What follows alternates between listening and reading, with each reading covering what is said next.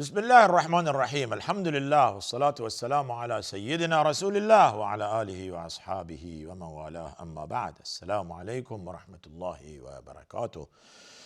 در ماه قرآن هستیم. سلام ای ماه قرآن، سلام ای رمضان، سلام ای ماه قدر، ای شبهای قدر، ای شبهایی که بهتر از 1000 ماه است.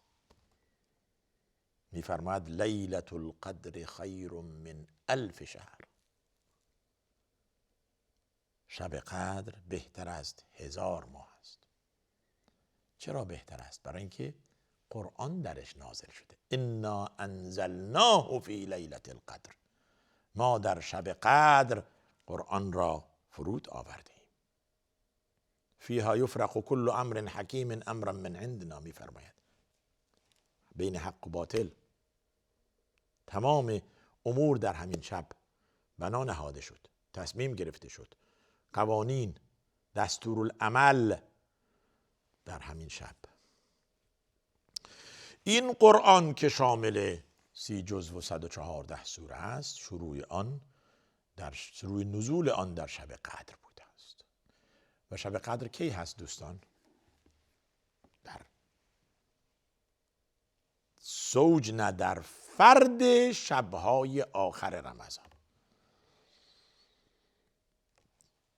شب 21م، شب 23م، شب 25م، شب 27م و شب 29م. 5 شب امید است که شب قدر در یکی از این 5 شب باشد.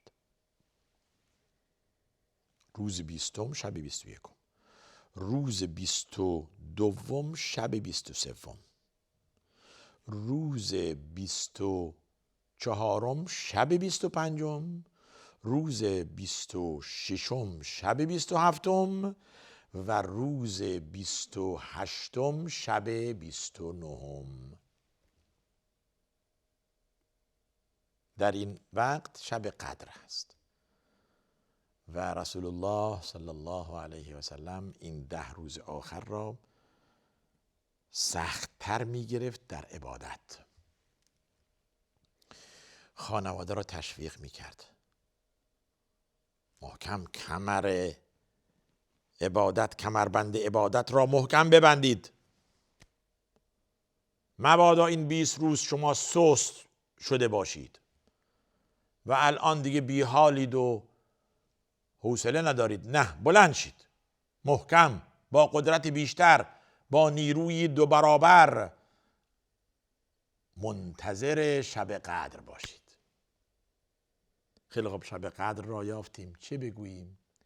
ام المؤمنین عایشه رضی الله عنها از رسول الله صلی الله علیه و سلم پرسیدند اگر این شب را یافتم چه بگویم؟ دعای خاصی است؟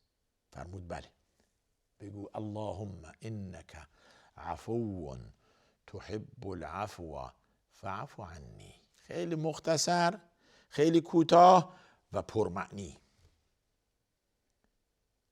فرمود بگو ای عایشه خداوندا یا الله،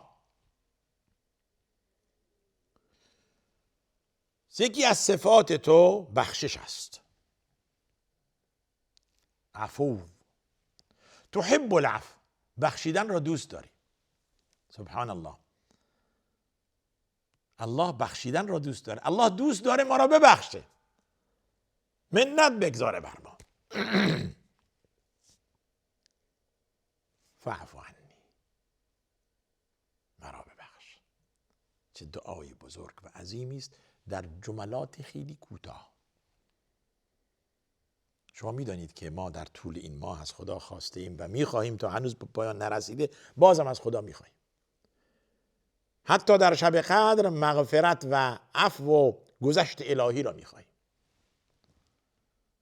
اللهی که اگر ازش نخواهی خشمناک میشه. برعکس بنده، تو به بنده مراجعه کن، بندگانی این طرف و اون طرف. اوه من وقت ندارم، من خستم، برو هفته دیگه بیا، برو شب دیگه بیا، بار ماه دیگه بیا، سال دیگه بیا، من نمیتونم. لذا شاعر حبیب میگوید که الله یغضب ان ترکت سؤاله و بنی آدم حین یسأل یغضب. الله ذوالجلال زمانی که ازش نخواهی ناراحت میشه. چرا بنده هم از من نمیخواد؟ چرا طلب نمیکنه؟ چرا دعا نمیکنه؟ یادتونه در آیه دعا و اذا سألک عبادی عنی فانی قریب چه عرض کردم؟ فلیستجیبوا لی ولیؤمنوا بی لعلهم یرشدون. اجیب دعوت الداعی میفرماید من دعا کننده را اجابت میکنم، از من بخواهید. ادعونی استجب لکم، در جای دیگر میفرماید از من بخواهید من اجابت میکنم شما را، دعای شما را. کسی که از من نخواهد تکبر ورزیده، جاش تو جهنمه. از همین آیه علما میفرمایند که دعا عبادته و عبادت هم باید برای الله باشد نه برای غیر الله.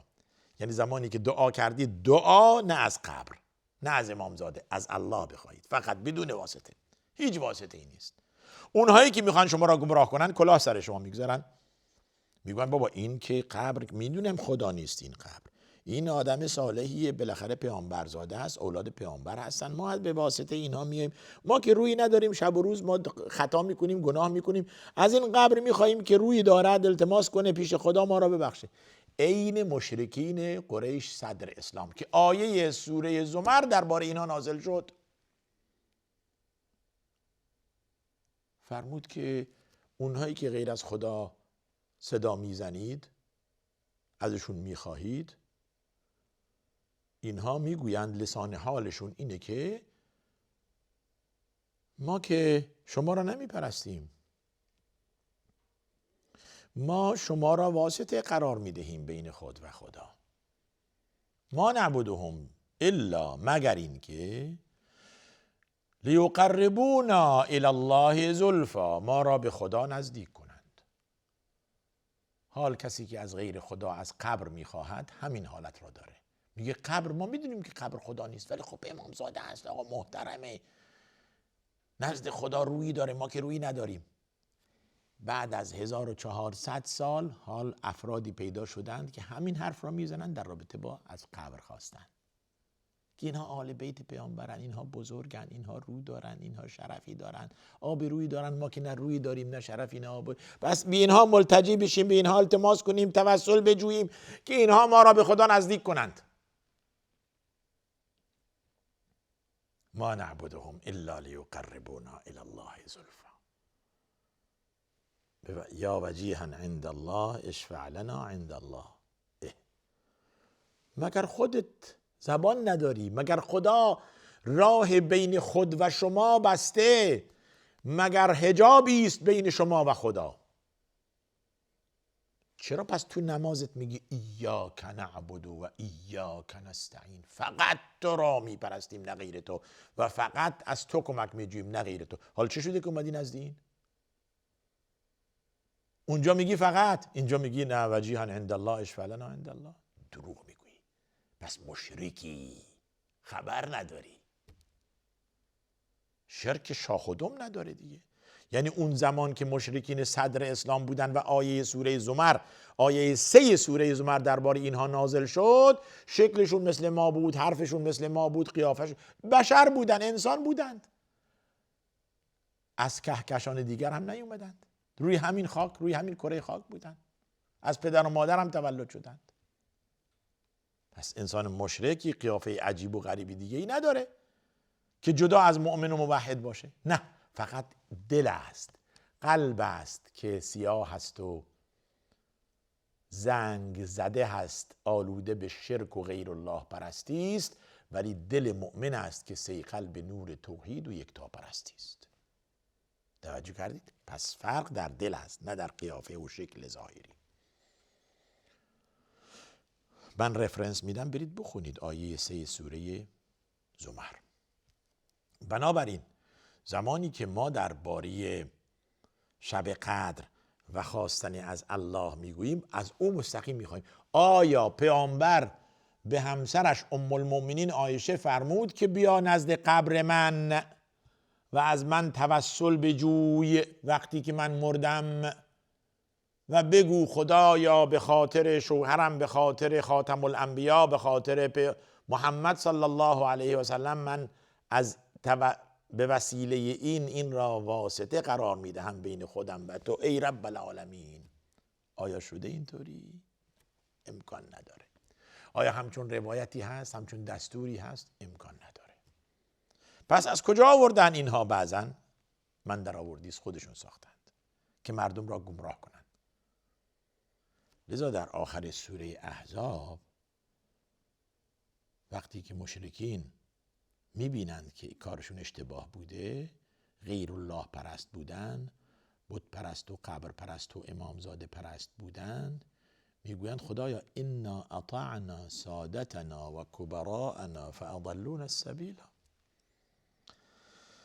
ما از این بزرگان خود، از این رهبران خود، از مراجع خود، از اینها تبعیت کردیم، ما را گمراه کردن. آقا خدایا اینها ما را گمراه کردن. ربنا آتهم ضعفین من العذاب ولعنهم لعنا کبیرا. خدایا عذاب اینها 2 برابر کن، به اونها لعنت بزرگی بفرست که اینها سبب شدند ما قبر پرست و بت پرست بشویم. گفتن بیایید راه بهشت اینه، راه بهشت توسل به امامزاده و به غیر الله. ما را بدبخت کردن اینها. خدایا حالا عذابشون 2 برابر کن، لعنت بزرگی به اینها کن که اینها ما را گمراه کردن. رفرنس آخر سوره احزاب، بالای صفحه سمت راست، اونجا که میگه یسألک الناس عن الساعة قل انما علمها عند الله. بعد این آیه میاد یسألک الناس عن الساعة. پس بنابراین شب قدر یک شب مهمیه که خداوند هم مخفی کرده این شب که کدوم شب از رمضان باشه، اول رمضان باشه، وسط رمضان باشه، اول دهه آخر باشد، یعنی شب 21 باشد یا شب 27 باشد، بر ما پوشیده است. احادیث تأکید می کند که به شکل متواتر پیامبر میفرماید که خوابتون و گمانتون اینه که شب قدر شب 27مه. لذا علما میفرمایند شب 27 امید بیشتری است که شب قدر باشد که درش دعا مستجاب است.